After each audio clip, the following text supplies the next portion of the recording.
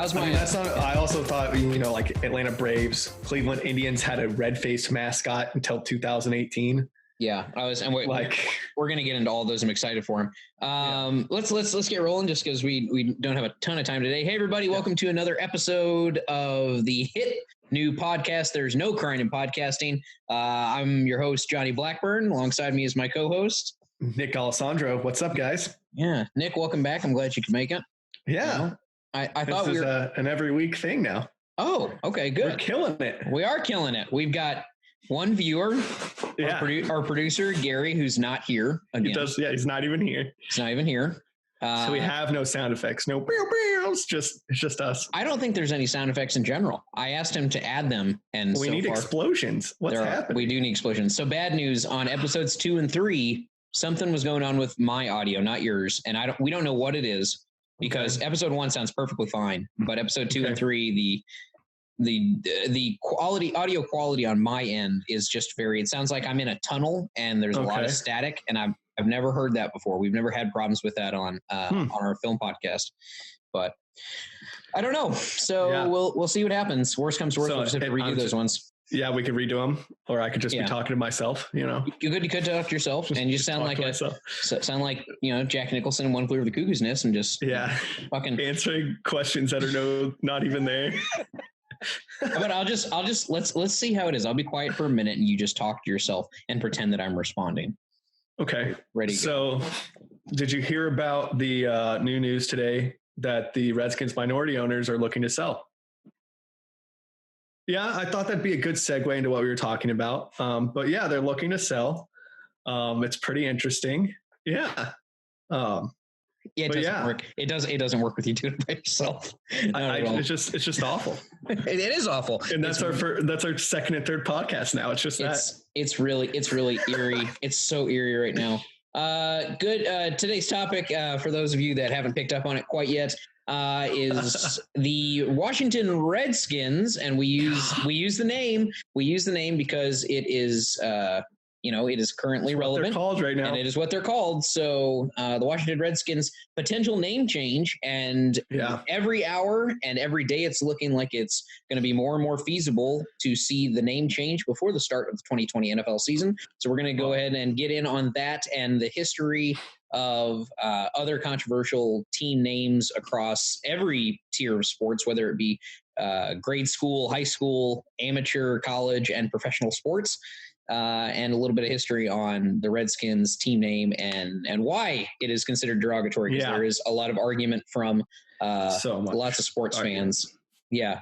So let's just get into it. Let's go right into it. Let's just jump into it. There's not a ton of other stuff to talk about right now. We already talked about the Cam Newton signing with New England last week. The Bucks and a bunch of NBA teams shut down their practice facilities. I heard about that. Yeah. So the NBA is probably not going to happen. Let's be honest. So that's I still think it's going to happen. I think that it's just going to be awful. It is going to be awful. I mean, if you look at the Lakers right now are potentially they had the best odds next to the Milwaukee Bucks going in to win the NBA title this year, or at least come out of the West. And they're potentially not coming in with both Dwight Howard, who's their starting center, and they are already not coming in with starting shooting guard Avery Bradley, who provides immense versatility for that backcourt. It's going to be awful, but who cares? Let's go into football. Let's go into this. A bunch of other things. So, according to, it's not one report. It's every single major news outlet, not even sports related, that owner Dan Snyder of the Washington Football Redskins has come under lots of scrutiny and controversy again, which let's preface this by stating that this has been an issue for decades. Yeah. I mean, Native American activists and support rights groups have been on the Redskins' tail for the last 20 odd years to change the name of this team. 1992 is the first case filed for a trademark case of them trying to shut down the name. Right. So, I mean, ridiculous. And so Dan Snyder, due to the fact that the Redskins have been a franchise for over 50 years, they've been in the NFL for quite a long time. They were one of the first, 15 teams to come into the league. Yeah, 1933. Yeah. So I mean, there's a lot of history and tradition with this squad. It's not just like there was a big thing also in the DC area. They're in the 90s, the Washington Bullets were a basketball team of actual prominence at the time when Chris Webber and Jordan Howard played for them. They were a perennial, playoff team contender. Yeah. And the Bullets were good. Now, obviously, they shot straight. They did shoot straight, straight into the hoop. Not straight into the record books is one of the stupidest team names in the history of sports. So dumb. I still to this day don't understand. So for those of you that don't know, especially in the 90s, Washington, D.C. had one of the most violent crime rates out of any metropolis, or any metropolitan area, right? above 1 million collective people. So they're up there still, but they've dropped down. In the 90s in particular, this was a big controversial topic, especially with the Rodney King riots going down in the early 90s. And so finally they changed it to the Wizards, as we all know, back in, I think 99, I think it was. Yeah. And then shortly afterwards, Ron Artest brought a gun into the locker room. So Gilbert Arenas brought a gun. Oh, that's right. It was Gilbert Arenas. And Javaris. Sorry, Ron Artest. So it's all right. Gilbert Arenas and Javaris Crittenton both had very short-lived NBA careers. Arenas definitely had the better of the two. But that is ironic. A couple of years after they changed it, they both had a confrontation in the locker room where they both pulled out 9 mils, to my knowledge. Artest definitely pulled out a gun over a $21,000 dice bet that was happening on the plane. If we're on another episode, I want to dedicate an episode just to the malice at the Palace, where Ron Artest and Steven Jackson went off on a load of Detroit Pistons fans. But we'll go into that another day. There's a lot of those great basketball stories. They're the most aggressive, honestly. I mean, if you think about it, though, they're also so if you look at how the courts are set up, they're the closest to the stands. In the NFL, there's a big wall. Baseball used to be close. Yeah, not anymore though. Now there's nets. Still pretty close. Now there's nets and there's walls, but there's no wall in basketball because they're just on the court. If you want to jump, if there's a fan you want to attack in the front row, there's really nobody to stop you. You can do it. We've seen it. We have. We've seen it multiple times. Anyway, so going back to this, the Bullets one was pretty stupid with the high violent crime rate they had with homicides due to gun violence. They did change it to the Wizards. Anyway, so Dan Snyder has been under this scrutiny going on, 20, 30 plus years. And it took not just obviously the George Floyd death a month ago. It took a lot of racial injustice that's been going on over the last it's been like that forever. Right, exactly. But it obviously just rose and really came to fruition this year, as far as how, it's paramount for us, obviously, in general, as fans of the sport, and for those athletes. It's more accurate to say it's paramount for those athletes to use their podium to stand up and speak on it. And it's good that we're also reaching out, I think, past our Black community's problems as well into the Native American community and in other senses into the Latino community as well. Well, I mean, the Native Americans, honestly, get hit so hard when it comes to sports teams. Absolutely. There's so many sports teams that are just ridiculously named. And they do ridiculous things. And it's all centered towards Native Americans, honestly. And it's a lot of the times it's not necessarily the name, with the exception of the Redskins. It's the mascot or the logo. Yeah, the mascot. Using. It's like the Cleveland Indians. You were talking about that earlier. Indians. Chief Wahoo was his name. Their Looney Tune looking mascot they had up until. Yeah, he was a red-faced Indian chief named Chief Wahoo. Right.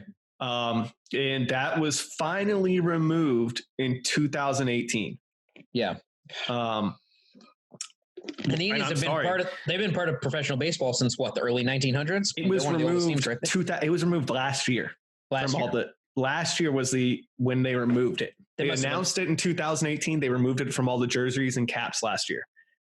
Jeez. So, I mean, that's crazy. And then we have the Braves. The Braves had the same issue. Right. And they still do the damn tomahawk. whenever something happens. So here's the question. So with those teams, with the Braves, the Indians, the Redskins, let's exclude the Redskins for a second. I think the name in itself, outside of the logo, is an obvious derogatory term. And we can go. The Redskins, I think, are the worst. Absolutely, just because of the name, and for those of you that don't know the background, what a Redskin was initially called when, as they would refer to it as our white Caucasian ancestors, whatever, or even the Indians themselves or Native Americans themselves would come through and they would skin the scalp off of their victims, and that would go both ways. That they would call it Redskin based off of that. So.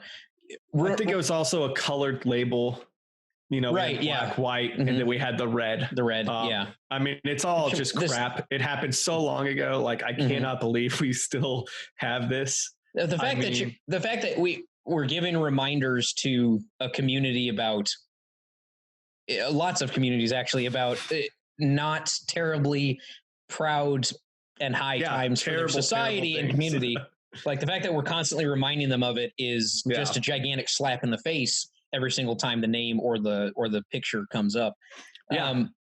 So outside of, we'll go into that later, outside of just the atrocities that have been plaguing Native American society for the last, 400 years at this point, 500 years. We currently have, outside of that, we do have the Atlanta Braves, the Cleveland Indians in baseball. We have the Kansas City Chiefs. The Chiefs. Football. We have the Chicago Blackhawks in hockey. And there are numerous Florida State Seminoles. So here's my question.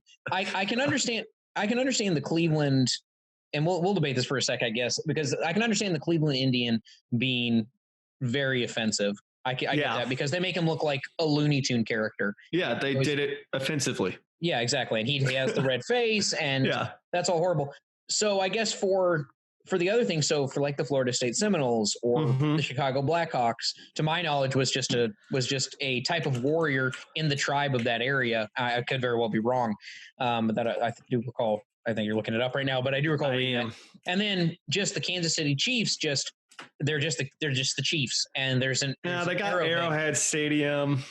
So I guess my question is, how are those ones in particular? How are those derogatory terms? How are those? I don't know those prejudice as at all. Much. I don't really see how those ones, to portray it as a cartoon, I can understand. Like I get the thing, and obviously I get the Redskins, but the other things are just, you don't see. I mean, I'm not going to get mad that you say, oh, the Dallas Cowboys were primarily Latino or Caucasian back in the 1800s. I mean, there's tons of cowboy teams. Like I think, the Dallas Mavericks, a Maverick is basically, it was a rogue cowboy, a gambler, from back in the late 1800s. I think it's more of like the cultural appropriation of it. All right. How so? Because I mean, when you think about it, you have thousands of mostly white men and women chanting in with, the feathers on their heads and everything like that. That part I can see. And then they're doing, they also, the Seminoles do the tomahawk chop. Right. And they also do the war chants, and they do this all with spear in the middle of the field. Yeah. And then they have a white guy. Normally it's a white guy come out with his face in war paint, dressed as a legendary chief. Right. And then rides out. Like that to me, it's kind of like, come on. Yeah. So don't you think that's more of a problem with the university itself or the team allowing for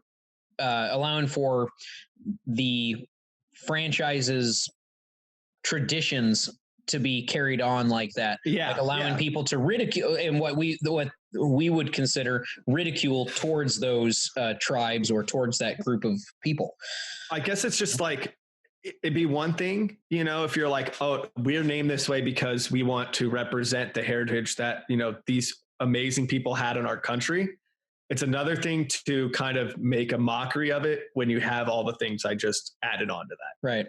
If it was just the Florida Seminoles and they, every day they had maybe, a Native American come out and like speak to the students or whatever, actually represent the tribe and actually represent like what they're standing for, but instead they go the complete opposite direction, kind of just make a fool of it. Right. It's just dumb. Yeah.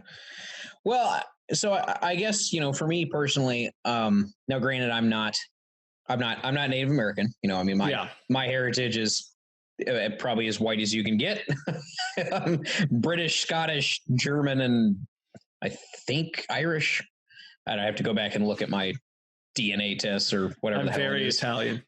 Yeah, and you're Italian, So, but here's also the thing too. So the Redskins one gets me the most because it has been used in the past as a derogatory term. My dad's and from someone like my dad's family is from Oklahoma, where this was Indian territory for the last 150 years at this point, and I have a lot of friends up there, cousins, family members that are that are either full or some percentage Native American of either the Caddo or the Navajo tribe.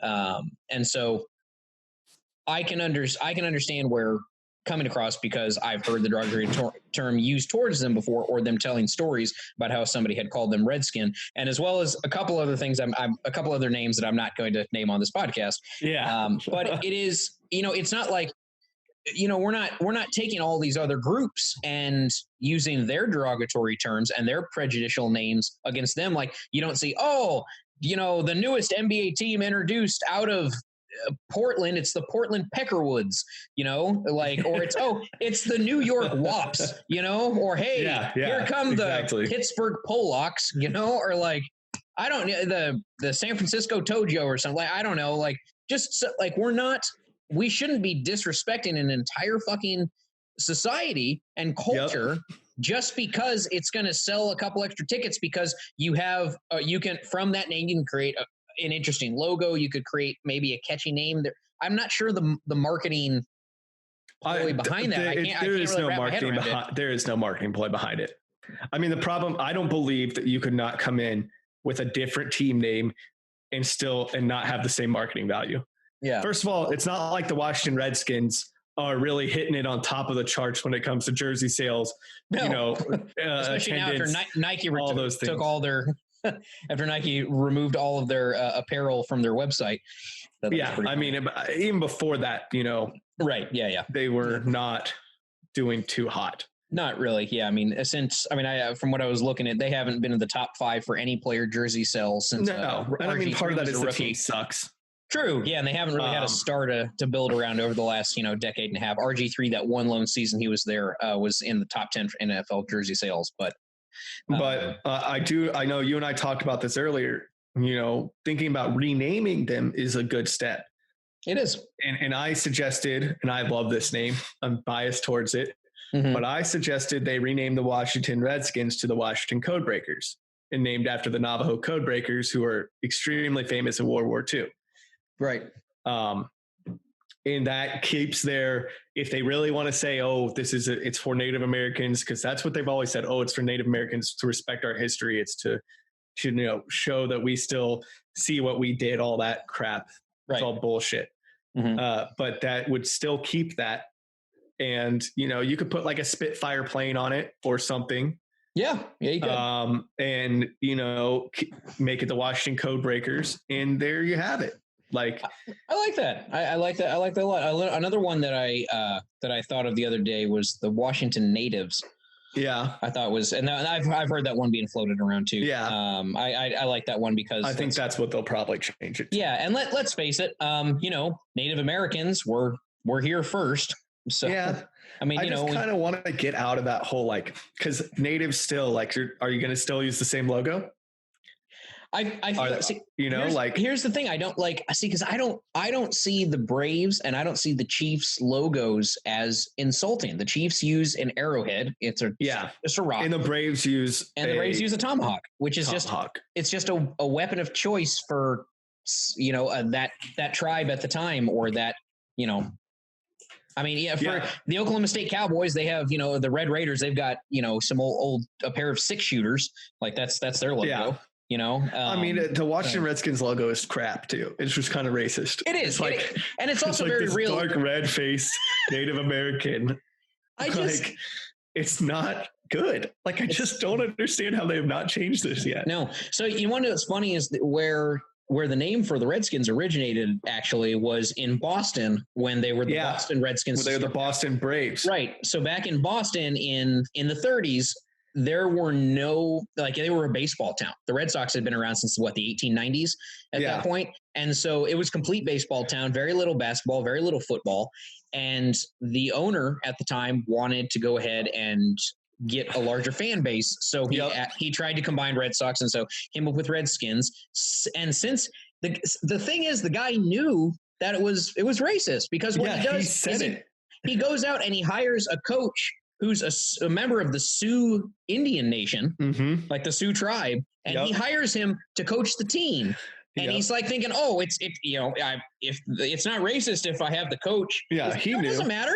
It's probably more insulting to that guy that actually coached the team. Yeah. And if he wasn't coaching, anyway, so the name stuck when they moved from Boston down to DC, to Washington, to Landover. But it's just like even 100 years ago, the guy that originated the team, he knew that it was racist. Well, if you know that, this is what bothers me about owners and some people nowadays is they don't think about the future at all. They're just thinking about the present. And they think about the present. That's it. They're just thinking about the next couple weeks or the next season. And I'm like, why can't you think about the next 40 seasons or the next 50? Yeah.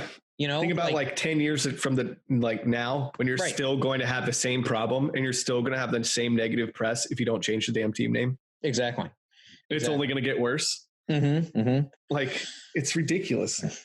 It's crazy. I don't understand how a lot of these teams especially over the last decade, from a lot of those Native American activist rights groups, they've been putting, and including some congressmen. And some congressmen and women have actually put pressure on Dan Snyder to get rid of this name, and none of the other NFL owners stepped up. I didn't hear Robert Kraft. I didn't hear Jerry Jones. I don't know if they want to. You're right. That's a dangerous game. And also, you think about if you have other owners start criticizing other owners. But what's going to happen? You're going to lose. They might lose. Well, I mean, if you have somebody criticizing owners for a team name dispute, other owners could criticize another team for something else dispute. It becomes a whole. It's kind of like the mafia. The Dons aren't supposed to insult the other Dons publicly. You just keep it underground. You keep it in-house. You keep it in the family. Keep it in the family. I didn't know that there was I didn't know it was like the military or something where there's this unspoken bond between the brotherhood of NFL ownership. NFL ownership, 100%. The brotherhood of the old boys club. You're telling me that apparently they don't have an old boys club where they just sit around a table smoking cigars and laughing with all their money? The NFL is such an old boys club with the owners. I mean, Roger Goodell is just a damn puppet. I mean, it's 100%. And so that's what I mean. I'm sure they've said something behind closed doors, but they don't want to say something publicly. Exactly. So I mean, with the Redskins name, you said the code searchers, the code breakers. That's a good one. I mean, I think the natives might be a little close. Yeah, you'd have to think about, what would you? But I still think Native American culture, and just speaking from somebody that has gone to a lot of those celebrations as a child, who's, been able to see a lot of those heritage museums that they proudly display in Oklahoma. I'm going to correct myself. It was the Navajo Code Talkers. But Code Talkers is a terrible football team name. So I like Code Breakers a little better. Yeah. We're going to keep with that. So they didn't break code. They kept code. Oh, okay. Well, that's still not bad though. I would still. I guess we can't use that. We'll allow it. Yeah, we'll allow it. Unanimous vote. There's only two of us, so it's been allowed. It sucks if we both don't agree on a vote, then we come to a stalemate. Like, how do we? Who's the deciding vote? It's supposed to be our producer Gary, who's not never here though. Never here at all. Never here. Tom should actually be here in like 20 minutes. So if Tom, we can get Tom. Tom can be our. Get Tom in. Of course, we're agreeing on this vote, so. I don't know. We'd need a Tom won't know what's going on, so he won't. But that'll be the funny part, and everyone will join us in a raucous laugh. True. Yeah. But yeah, I mean, like I was saying, somebody, just going through those celebrations and stuff, the Native American culture itself, just the culture and how their traditions that date back almost a millennia at this point, if not more. Well, obviously longer than that. Probably, I mean, 300, 400, 500 years longer. Yeah. And so I guess, because I mean, we didn't get here until 1492 is when Columbus sailed the ocean. Columbus got but that's when Columbus got here. There was I can't remember the name of the explorer, but there was an explorer in the 1100s from China that had actually landed off the coast of California. And that's not what I heard in my history books. So what? Get at it! I heard that in 5th grade history. I'll look up the name of the guy and we'll talk about him later on. But it's such a proud. Their traditions are so impactful to how they live today, and they still, they're proud people, and they should be. And I mean, think about this. It's a history, with the exception of us coming in, obviously, and ravaging their women and villages and taking their land away from them. Outside of that, marching them 60,000. Don't get me started on the goddamn Trail of Tears. Just inflicting measles and yellow fever onto them, and so, but I'm not talking about like the contributions to their demise that, as you would call Andrew Jackson. Andrew Jackson's so much. Andrew Jackson's the worst. Such a dick. Outside of that, they have, this is a very proud history, and think about it, with the technological advances that Europeans in particular had coming over here, the fact that Europeans were not able to easily control the entire continent of North or South America, for that matter.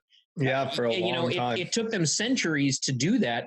The fact that the Indians weren't even doing it as a collective unit. No, they were doing it as they all hated each other. Right. And they were imagine if they had, here's also the thing too. Unified? Oof. Yeah. Had they unified under one strong leader? They tried. I know Sitting Bull, he had done that, at the Tecumseh. That's right. Yeah. With, Colonel, that's where my U.S. history should be coming back into play. Well, Tecumseh was, if I remember correctly, he tried to start like a unification shortly before the Revolutionary War. Right. And it didn't work out. They ended up fighting and separating and not working out. But he tried to unify all the tribes in the Northeast so they could start protecting themselves, because he was well aware that, after the war with the British, the Americans were going to come after them. Right. And you saw that right before the Revolutionary War, you had the English and French Indian War. Right. And Northeast, Southeast Canada. Yeah. The Canadians and the British fought each other. Well, the French and the French Canadians, whatever.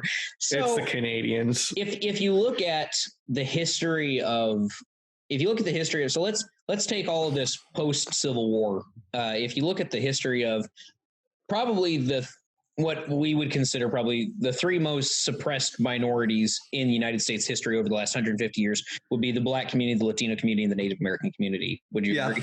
Okay. Yeah. So for sake of argument, so with the Black community, they've had better leadership for just within their own community, spread around between MLK, Malcolm X, Jesse Jackson. They were also prosecuted pretty harshly for a lot longer. Right. Very true. Very true. Well, and even the Latino, and even the Latino community, they had guys, they had Cesar Chavez, and they had a litany of other people. Especially both of those communities got into political office a lot quicker than Native American communities did. If you look, I'm sure there have been some in the history but I can't think of any off the top of my head that they had like a strong unifying voice to bring them together and fight the opposition that they had been experiencing from Anglo society here in America. So I have a quick history fact for you. Oh, back in, I just can't remember the exact date, but there was a school that they used to send Native Americans to called the Poughkeepsie schools in New York. Yeah, upstate New York, yeah. Yes. And so they used to send like all these Native Americans throughout the United States here, and they'd send them at a very young age to try to assimilate them to become more of a white man or a white woman. Right. And this actually ended up affecting them negatively, because what happened was these people, these tribes who had never spoken in between each other because they all had different languages, learned one language, English.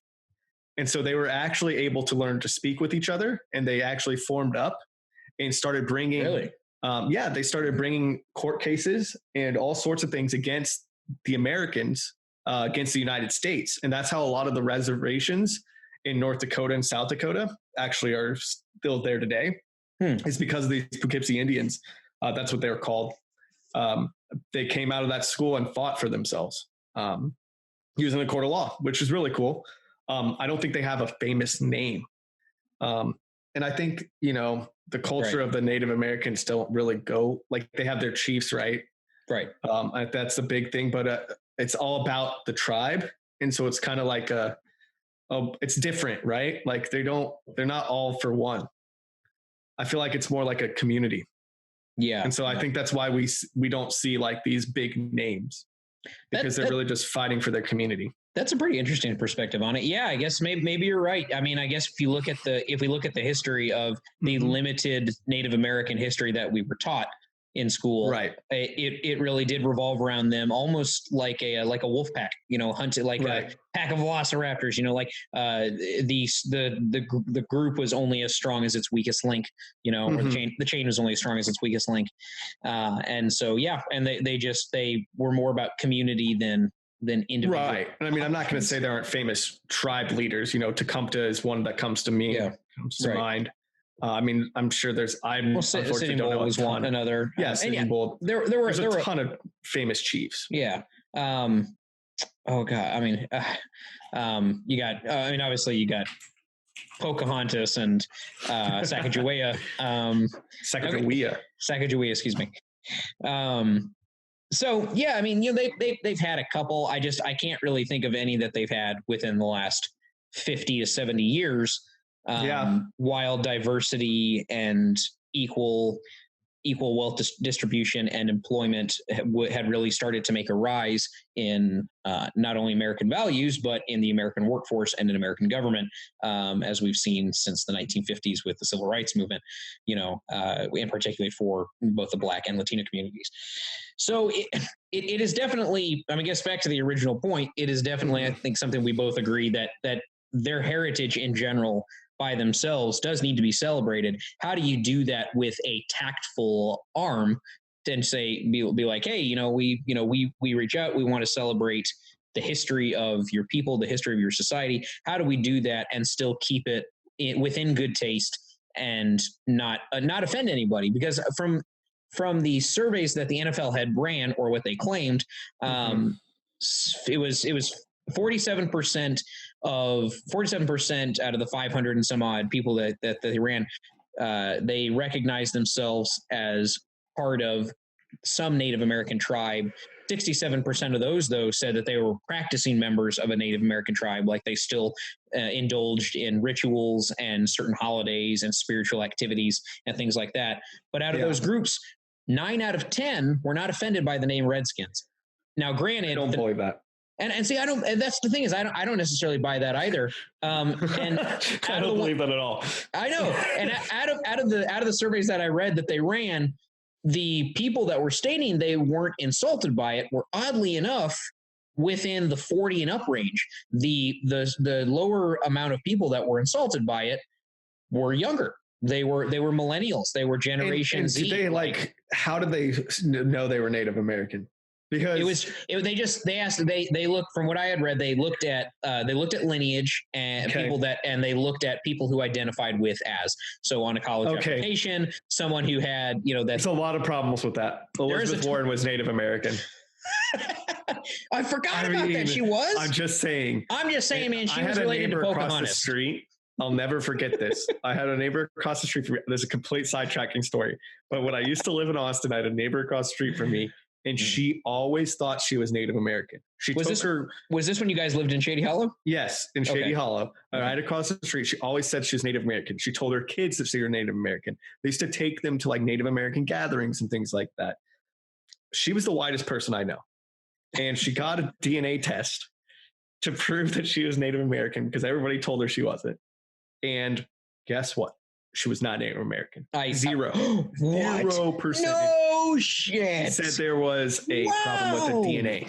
There was a problem with the DNA matching. Of course. Why. Yeah, her DNA just hadn't had a good night's sleep. So it's not have been fully up to taking the test at 100%. Yeah. So, it's just, that's the problem, right? With a lot of this, like, okay, you're claiming to be Native American. Are you really? Probably not. Right. I guarantee you she doesn't care about the Redskin name. Probably not. Probably not. But here's the thing, for the most part, especially if it's something to do with a particular ethnicity, if your team name has to do anything with a particular race or ethnicity, and get rid of it. A small group are offended. It doesn't matter what you or the majority believe. Just get rid of it. Pick something else. That's a dangerous game if we say small minority gets a small amount of the minority. Well, the way you made that seem is like, okay, if these a little group of people disagree with something, just change it. I'm more saying like if there's a team name based on racial or something like that, get rid of it completely, I guess is what I'm saying. Like you kind of made it seem like to me was like, oh, if a bunch of people, the small minority says they don't agree with it, we should just change it for them. I'm saying a small minority of that minority. I'm not saying I'm not saying a couple of white dudes that are just like, hey, how you doing? I'm insulted by that. I don't care if you're insulted by that. You're not this race. So, there could be a bunch of Karens out there. That's my warning. Karens and Kens. Yeah. I think that's not what I meant, but I would agree with you in general. If it gets too close to that and strays too close to it, then just go with something else. There's billions of words in the English language. Understand why we have any Indian or Native American, any of that on the sports teams across the United States. We need to get rid of it. All of it. I'm sorry, just get rid of it. Okay. Florida Seminoles, goodbye. The Chiefs, goodbye. Braves, goodbye. Indians, goodbye. I don't see exactly what's racist about the Seminoles and the Chiefs. Like the Seminoles are just it's the stupid fans, the chants they do, all of that. So what if you get rid of that? What if you get rid of the red face paint? What if you get rid of the dressing up as Indians? What if you get rid of the chants? What if it's just what if it's just a normal sports team? If it's just a normal sports team and you get rid of all that stuff, Braves get rid of the tomahawk chant. I think Chiefs get rid of. They have like the spear thing too, don't they? Sure. The Chiefs. Yeah, you know what? I think I really and truly think those. I would like to think, at least, I'm not the owner of that team. I'm not their marketing. I'm not their marketing department. I would like to think that they were doing that in honor of the history of that tribe or of that part of society. I don't think there was anything racial about it. I would like to think it, but I could very well be wrong. I'd like to think that. I doubt it. Yeah, I don't see, especially with the Florida Seminoles. I don't see the Seminoles changing at all, because the Seminole. I mean, that was one of the largest Indian tribes in Florida or in the Southeast during the first couple centuries of this millennium. Yeah, but or the first that's not 800 centuries of this millennium. I mean, I get that.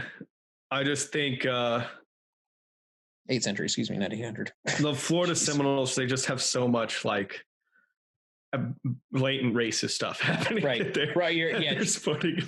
Traditions within the school that are tied to the name. Yeah. I think the name by itself, without the traditions tied to it. Yeah. Once again, I'm not saying because I'm from Oklahoma, like my family's from Oklahoma, I'm like, oh, I'm 50% Native American. That's not what I'm saying. I have, to my knowledge, no Native American blood that runs through me. I'm just as a person, like, it's a piece of history from that area of the country that was relevant, and it has shaped the foundation of that city and that region, that it's important to them and they want to pay homage to it. And so I think there's tactful ways of doing it. And I think I would agree.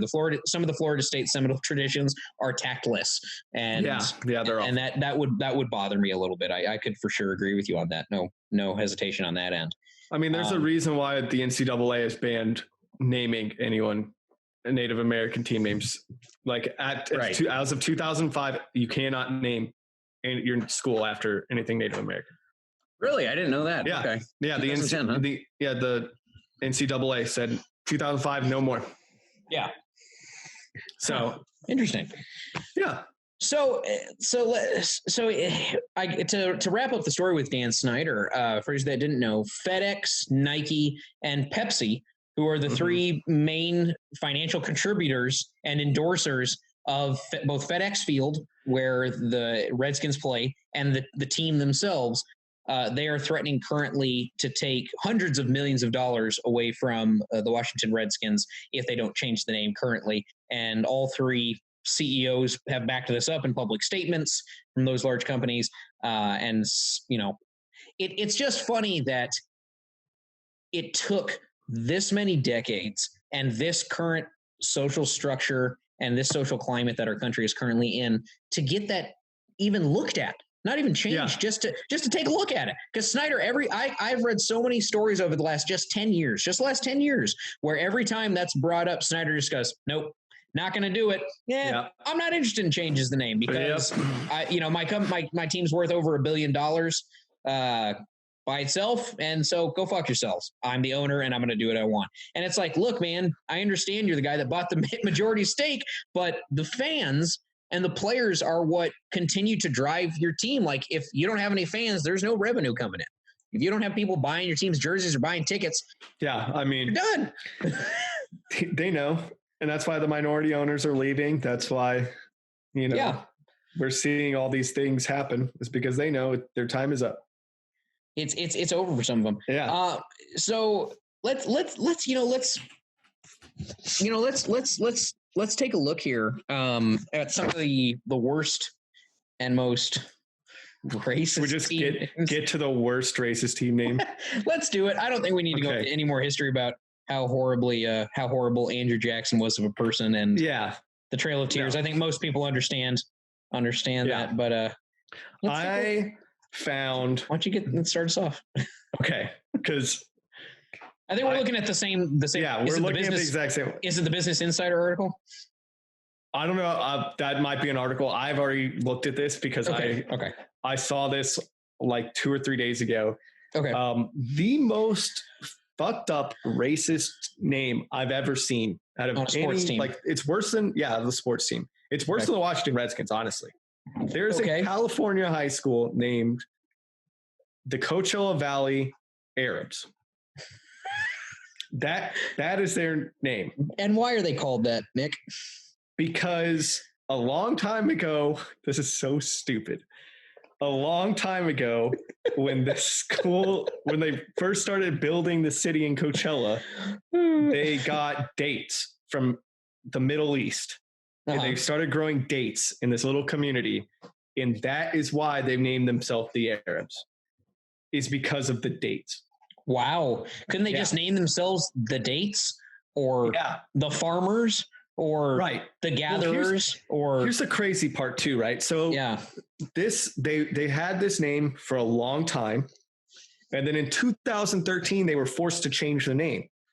So, you would think the California, Coachella Valley High School Arabs would get changed to something better. No, you know what they changed their name to? The Mighty Arabs. So they changed absolutely nothing. We all know if you put mighty in front of it, then it makes up for a lack of complete tact. Yeah. Yeah. And to make it even worse, at halftime, they bring out a extremely racist mascot, and they have a underage girl belly dance with the extremely racist mascot. And he's just like this old Arabian Nights looking dude with like one of those Septar swords. One of the most stereotypical Arab man you could think of. They put it on the field. Okay. So it's awful. And it was changed to the Mighty Arabs. They knew it was wrong. They were like, let's just change it. Well, and this is what they said. They said that it's to represent, the region and the people and the Arabs in that region, Okay. That it helps. It really is, for them. The problem with that is I did a little research, and the region that Coachella is in is 99% Latino. So there are no nothing to pay homage to the Latino community, nothing to pay homage to the founders of the town or anything. Nothing. Yeah. They just really have to be racist, honestly. And it's weird. It's coming out of California, right? Because we talk about California, we think San Francisco, these mighty, liberal changes that are going, We think of some of the most racially tolerant people in the entire country. Honestly, California, you would think. You would think, but then they have this crap. Because that's what it is, crap. I mean, it's absolutely awful. So I think I found one that might be able to one-up you. Okay. There is one school called, it's a high school as well. Okay. The Pekin High School Chinks. No. Yes. So the article reads as, it wasn't until 1981 that Pekin High School in Chicago, Illinois, realized it was inappropriate to nickname its various sports teams the Chinks, a slur used, as we all know, to describe Chinese people. The school's skating arena was also formerly known as the Chink Rink. According to the Chinese American Museum of Chicago, while its mascot was known as Mr. Bamboo. That's awful. Is that still a thing today? That I don't know. Let me look. I just read it. Did it get changed? It had to have gotten changed. There's no way that they still have it. Okay. The Pekin Chinks high school team becomes the Pekin Dragons. Okay. So they changed the name. Okay. That's right, good. I'm glad they changed the name. But they're doing something right. I laugh not because I'm like, oh, racial joke, hilarious. I laugh because of the stupidity of the school president, the principal, the board of directors, the school superintendent, the parents, like everybody who just thought that was fight for this crap. I know. And I don't care if, I don't know. I don't care if, you've got you're trying to pay homage to and represent your large Asian American community. I couldn't think of a worse name. Yeah. Like, unless it was like the blah, blah, blah, fuck you Asian people high school team. Yeah. I think I don't even think that's as bad as what it was. Probably not. I mean, honestly, it's just asinine, the thought process that some of these folks go through when they're naming these teams. Another friggin' crazy one that I came across, and I just couldn't believe it once again, was the same one that we had both seen, was actually here in Texas, was the Frisco Fighting Coons. Yep.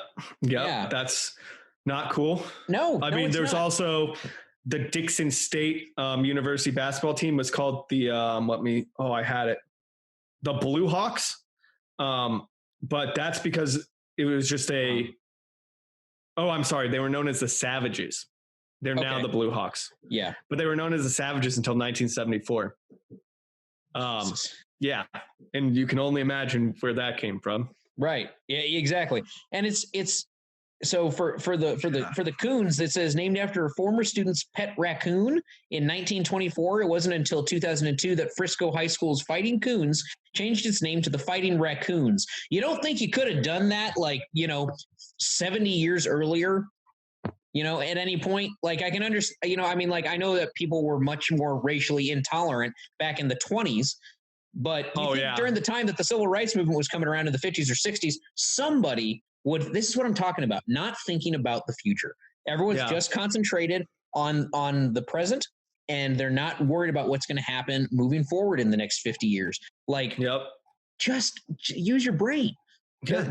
Does it hurt that much to think complex scenarios? Does it hurt your brain that much? Or you just, I don't know. It's infuriating. It's crazy, honestly. It really is. I mean, the fact that we still have racist team names in America shows how little we've come, and how much long way to go we have. Yeah, exactly. We have so much more to do. And so here's the thing. I don't personally know what we could currently do outside of just not naming any type of amateur or professional sports team anything remotely ethnic or anything remotely that could be or even just conceived as racial. Yeah. I can't think of any other thing. Like the Astros, the Phillies, the Rockets, the Spurs, the Mavericks. Like we have all these things that can't be. The Mariners, the Trailblazers, the Lakers. Yeah. Even the Golden State Warriors. Yeah. It was also named after an Indian tribe, but they can make the argument that they're like, no. Warriors is just a broad term. Yeah. And they don't have anything to do with Native American on any of their stuff. True. That's very true. Like that's the difference right there. Right. Right. Exactly. Like if the Braves were just the Braves and it was just like home of the brave, land of the free, home of the brave kind of thing. Like a brave dude fighting or something like that. It'd be one thing. If the Seminoles were just the Seminoles and they didn't have all the extra crap added onto it, it'd be one thing. But we have the Washington Redskins who have the Redskin mascot. We have the Cleveland Indians who had Chief Wahoo for like 40 years. Who was literally the most racist caricature in the entire world. Absolutely. And what I've actually always found interesting was the Washington Nationals. I've actually always wondered, I was like, that could be misconstrued as well as, someone who's a bit of an extreme or radical nationalist, and I don't know. I don't think anybody will take it that way. They also go like their mascot is an eagle. True. It's very much like America. The Washington Nationals. It's America from DC. Yeah. We luckily won a World Series last year. To save them. And it's just, especially for a team like Washington that's based in DC, it's obviously not the birth. It's way better than the Wizards. And it's way better. The Wizards just such a horrible team name. What do the Wizards have to do with anything? They went from Bullets to Wizards. You have the Nationals. What's their hockey team? The Senators? Yeah. Right. You got the Senators, so they've got two names that are fine, I guess. But you could name the team the Congress. You could name the team or the Capitals. I'm sorry, the Washington Capitals. Yeah, I was about to ask. You could name them the Senators. They were the Senators. Yeah, they were the Ottawa Senators. Ottawa Senators, right. They moved down to became. So there's just, you could name them after, you could name them the monuments, the memorials. You could name them anything that you could name them the freedom if you wanted to. The Liberty. I guess there's already already a Liberty. Yeah, but there's just, especially with a town like DC, it's like if New York City or Los Angeles or another large American city that has a ton of history throughout the last 200 years, and that history is like internationally known. If they're just like, oh, we can't think of a new name to name our team, I would be like, I don't know why you're getting paid millions of dollars a year to be the head of this marketing for this team. If you're that much of an idiot, you can't think of a new name. There's a million different names they could use. There is. They just don't want to. No, they don't.